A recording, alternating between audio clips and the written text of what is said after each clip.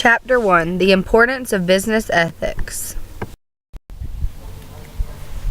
In Chapter 1, we will explore conceptualizations of business ethics from an organizational perspective.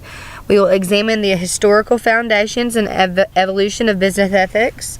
We will also provide evidence that ethical value systems support business performance and gain insight into the extent of ethical misconduct in the workplace and the pressure for unethical behavior.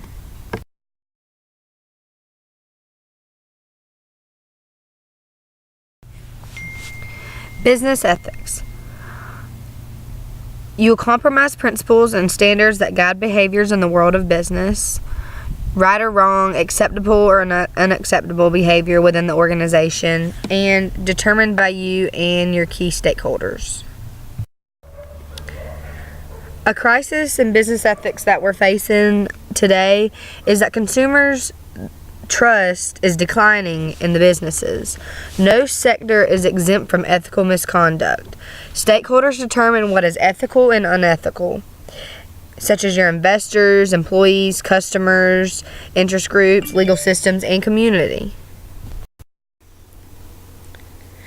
Due to the need for professional experience and understanding the complexities of the legal environment, even a person with good personal ethics will need business ethics training to confront complex ethical situations in a workplace. Some people may say, why study business ethics? Well, so you're able to report unethical behavior. Society's evaluation of right or wrong affects its ability to achieve its business goals.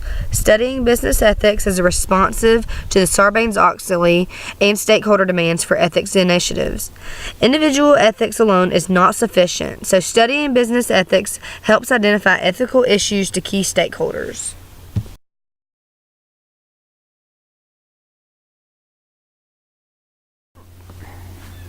The 1960s marked a changing attitude towards society in the United States and business. Corporations, finding themselves under public attack and criticism, responded by developing the notion of social responsibility. They started social responsibility programs and spent a good deal of money advertising their programs and how they were promoting the social good. Exactly what social responsibility meant varied according to the industry and company, but whether it was reforestation or cutting down on pollution or increasing diversity in the workforce, social responsibility was the term used to capture those activities of a corporation that were beneficial to society and usually, by implication, that made up for some unethical or antisocial activity with which the company had been charged. The business schools responded by developing courses in social responsibility or social issues and management courses, which continue to thrive today. Business ethics as an academic field emerged in the 1970s. Prior to this time, there had been a handful of courses called by that name, and a few figures such as Raymond Baumhart, who dealt with ethics in business. For the most part, ethical issues, if they were discussed, were handled in social issue courses. Theologians and religious thinkers, as well as media pundits, continued writing and teaching on ethics and business. Professors of management continued to write and do research on corporate social responsibility. The new ingredient and the catalyst that led to the field of business ethics, as such, was the entry of a significant number of philosophers who brought ethical theory and philosophical analysis to bear on a variety of issues in business. Business ethics emerged as a result of the intersection of ethical theory with empirical studies and the analysis of cases and issues.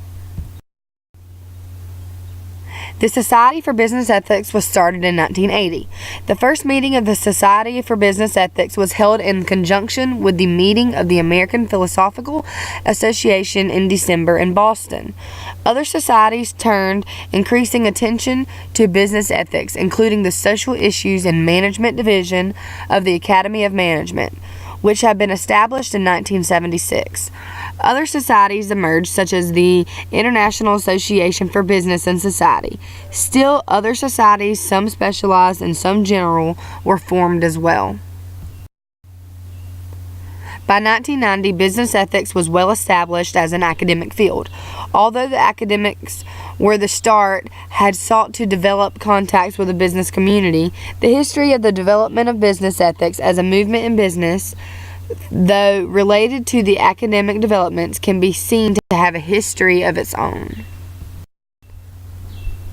7 key criteria for establishing an effective compliance program or a compliance standards and procedures reasonably capable of reducing the prospect of criminal activity include the following: standards and procedures capable of detecting and preventing misconduct, high-level oversight, care and delegation of authority, effective communicating or training, systems to monitor, audit, and report misconduct, consistent enforcement, and continuous improvement. Business ethics in the 21st century is a new focus. We still continue to have issues with corporate noncompliance, the Sarbanes-Oxley Act in 2002, FSGO reform that happened in 2004. The firm's greatest danger is not discovering misconduct early. Basic assumptions are made of capitalism being debated. Business ethics offer companies a competitive advantage. Consumers learn to trust ethical brands and remain loyal to them even during difficult periods. In 1982, Johnson & Johnson spent over $100 million recalling Tylenol, its best-selling product, after someone tampered with bottles of the painkiller. The company followed its credentials and a set of ethical organizational values, and the result was a boost in consumer confidence. Despite the contamination scare, society benefits from business ethics because ethical companies recognize their social responsibilities. Ethical culture describes the component of corporate culture that captures the values and norms that an organization defines as appropriate conduct.